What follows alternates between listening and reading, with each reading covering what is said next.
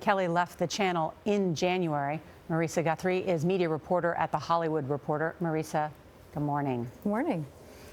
Bill O'Reilly is leaving after just signing a mega deal with Fox to continue, even though these charges have dated back to 2004.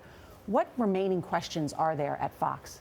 Well, I think that the fact that they signed him to a new contract, knowing that these allegations were going to come out, obviously there were earlier allegations that everybody knew about, and that they were doing this, there were settlements being paid after Roger Ailes' exit under the same sexual harassment cloud, produced a lot of anger internally and made women there question whether the Murdochs were committed to a workplace based on respect, as they said. Do you believe they will feel that now after this decision?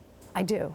And I think the women who were afraid to come forward because they never thought Roger Ailes would be ousted had a new voice within the company. Yeah, what are you hearing about the role that women at the company played behind the scenes? Well, they were really disheartened.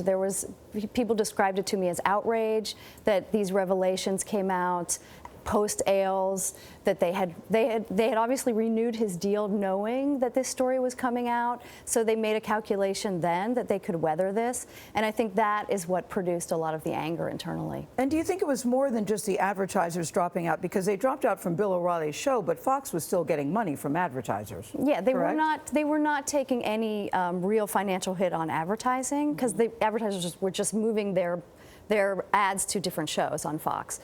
But the stock price did slip. The stock price slipped on perception that the house is not in order over there. And when you have internal unrest, that's something that executives worry about a lot. So the tipping point exactly was, in your judgment?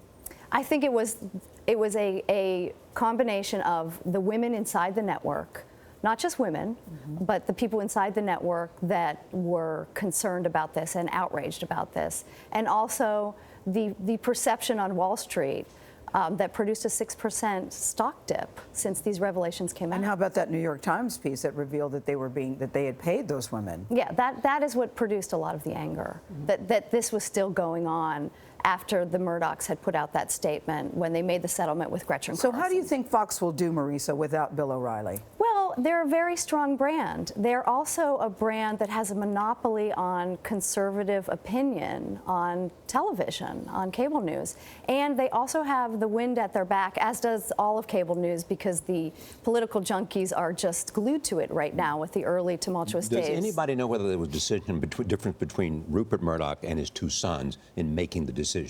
They all came to agreement, I was told, on Tuesday. Okay. About this, but the three of them. But yes, there was early separation, daylight between Rupert and Lachlan and James, and then James and Lachlan were aligned, and then the three of them. And then we heard James and Lachlan's wives also weighed in. Right, exactly. Marisa Guthrie, good to see you. Thank you for being here. Nice to see you. Thank you.